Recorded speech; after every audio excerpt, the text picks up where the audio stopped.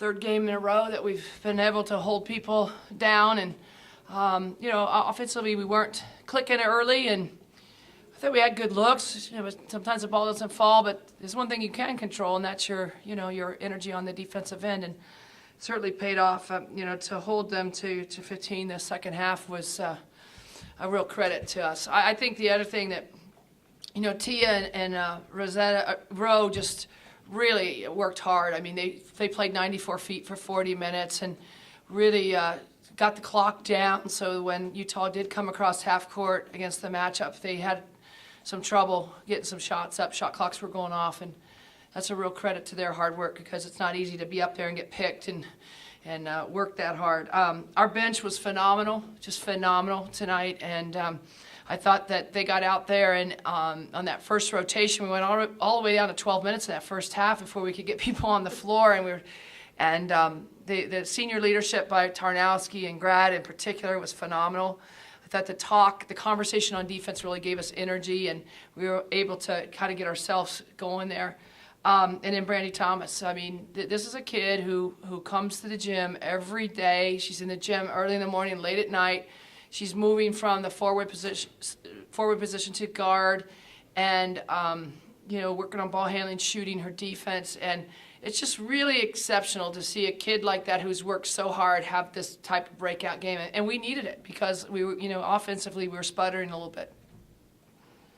Any idea why you were sputtering a little on offense? Well, again, I credit Utah's defense. I mean, they've been known nationally for their defense for years, and they're a very physical team. They bump you off cutters and off screens, and I thought that we needed to toughen up a little bit at halftime. We talked about that, cutting harder and not letting them display shoot no matter what's going on out there. And our kids took it to heart and really played a lot harder. I asked your kids this too, and I know the answer. I just need to get it from you. Yeah. You've been on the verge of really breaking through and having consistent wins in the last couple of years that I've watched you guys, but you didn't really have the depth to play defense that hard. Is that really the key for you right now? Certainly the depth is huge for us. It's tough to lose Daugherty last week because it's been about 13 as one. It's still about 13 as one. She's going to have to help us from the sidelines, and she will with her leadership and her enthusiasm. But I know those kids, they play hard for a lot of reasons, but one of the reasons why they play hard is for Daugherty and all, and so that's great to see. But, I thought you could see we were the far superior conditioned team out there tonight, and credit to our bench. They came in ready, hungry, eager, and really it was fun to see that energy out there. Did anything surprise you during that run? I mean, you were behind and you didn't start the second half out great, and then all of a sudden you just kicked in.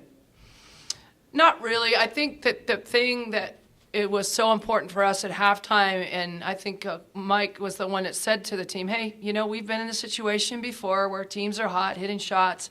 Our defense is solid. We're going to get better looks. Just cut a little bit harder. Trust yourself. Keep trusting your defense, and shots will start going. And we have the ability to have that poise now because of the rigorous preseason that we had. I mean, we're obviously battle tested. And every one of those kids in the room shook their head and said, I heard April Cook say, yep, we've been there before, been there, done that. We can get this turned around. And, that's been an issue before in the past for us.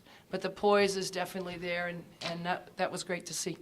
Have you guys as a coaching staff had to do anything to get these kids to work together? Because you've had kids a year ago or 2 years ago were really getting, 35, 36 minutes, and now they're getting 22, 23. Did you do anything, or was that all them?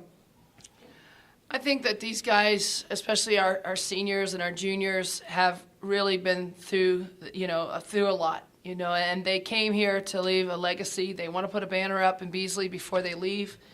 And I think that they realize that they've done a great job of recruiting other talent here, and they've tried to lead those kids, and they trust them. They trust them. They're so proud to have them as teammates.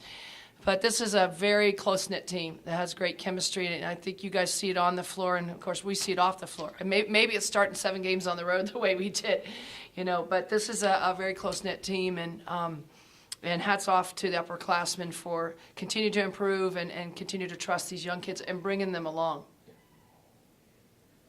Another night, another balanced night.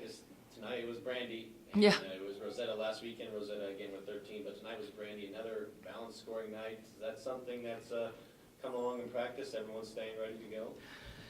You know, we talk a lot about trusting each other, especially defensively. We have to trust each other because there's things that we have to do out there.